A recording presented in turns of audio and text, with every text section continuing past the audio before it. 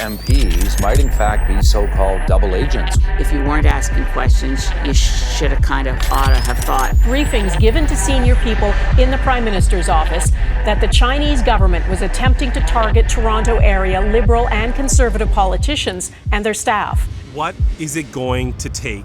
The National Security and Intelligence Committee of Parliament released their new report outlining the real threats of foreign interference into Canada's institutions, our democracy, and our elections. The report outlines a number of serious allegations, namely that members of Parliament are wittingly acting on behalf of foreign governments. It doesn't get worse than that.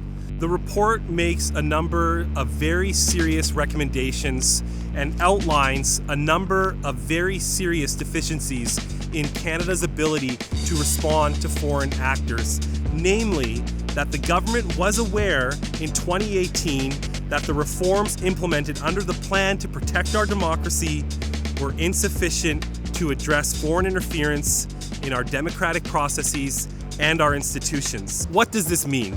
It means, one, Canada's under threat, and the government's known about it for over 4 years and has done nothing to address the serious and grave problems impacting Canada's sovereignty. The report outlines that the government, the Liberal government, has yet to implement an effective response to foreign interference in democratic processes and institutions. And that is despite a significant body of intelligence reporting, the completion of foundational policy work, public consultations, and other recommendations from the committee in their 2020 special report. Bob, I'll start with you because it's your reporting essentially that drove the fact that this inquiry is even taking place. What does stand out to you from what you heard? Like, what do you take from this testimony? Well, one of the things that stands out is that the Prime Minister does not read briefings that are provided to him from our spy service.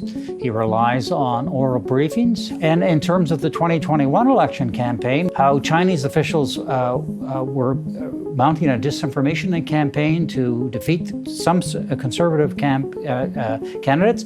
They had recordings of Chinese diplomats saying that they felt that it would be better to have a Liberal minority government than the Conservatives. I'm kind of a little bit taken aback that this does not seem to be a government that takes seriously intelligence provided by our spy service. This report answers the question why agents at CSIS were releasing information to Bob Fife in the Globe and Mail. It's because governments weren't listening to the advice of our security officials on the threats facing our democracy. Just think about all of the crazy things that have happened in our country since the government knew in 2018 that foreign interference was a persistent and prevalent problem. We had the two Michaels detained in China. We had foreign governments operating police stations on Canadian soil. We had a Canadian citizen killed in Surrey, British Columbia, assassinated by the Indian government. And we had my friend, Kenny Chu, lose his election because the Chinese didn't really want someone with his opinions elected to Canada's parliament. The list goes on and on and on, and the government has done nothing. And now we know from this report that there are elected members of parliament that are wittingly acting on behalf of foreign governments in Canada's parliament. So I'll ask again, what's it going to take?